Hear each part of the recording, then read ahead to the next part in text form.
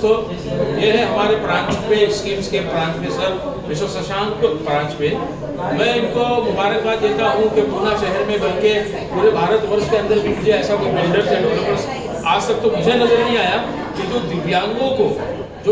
को मद्देनजर रखकर उनके बारे में सोच रहा है कि उनके लिए कौन सी घर की स्कीम कर सकते हैं, और उस बारे में इन्होंने पहली मर्तबा अपना कदम आगे बढ़ाया है। पूना शहर के अंदर लोग बड़े बड़े गुजरे हैं, मेरा बहुत सारा एक्सपिरियन्स है, घराला घर पण देणारी माणसं पण गेली, पण आज तर काय तसला आपुलकीने घर राहिला,